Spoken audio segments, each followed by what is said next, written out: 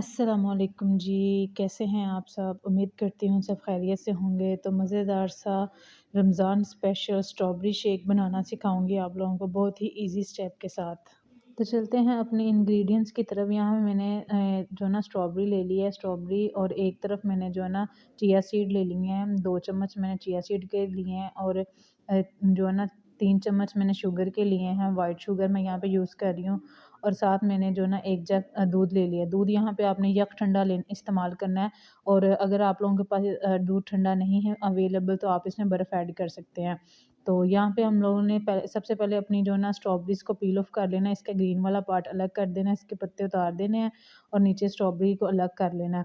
अच्छे से अलग कर लेते हैं, तो अलग करने के बाद इसको हम लोगों ने एक दफ़ा वॉश कर लेना। मैंने पहले भी वॉश किया था लेकिन जो है ना इसको रिमूव करने के बाद दोबारा फिर मैंने वॉश किया था। अच्छा, ठीक अगर आप ऐसे स्टोर करना चाहते हैं तो आप इसी तरह इसके छिलके रिमूव करके स्टोर भी कर सकते हैं। इसको फ्रीज़र में रख दें और आराम से पूरा रमज़ान जो है ना चला सकते हैं इसको। तो यहाँ पे अब मैं सारी चीज़ें इसमें ऐड करके इसको ब्लेंड कर लूँगी और जो है ना कोई भी चीज़ वेस्ट नहीं करूँगी। जो शुगर जो ना लगी हुई थी मैंने उसमें दूध ऐड करके उसको भी मैंने इसके अंदर मिला दिया था। A few moments later.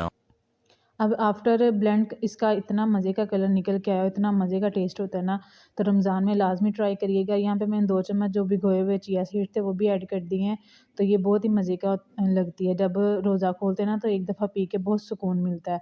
तो ये लाज़मी ट्राई करिएगा अपने रमज़ान में। अब अगर आप मेरे चैनल पे नए हैं तो सब्सक्राइब कर लें मेरे चैनल को और बेल आइकन का बटन प्रेस कर लें और लाइक कर दें इस वीडियो को।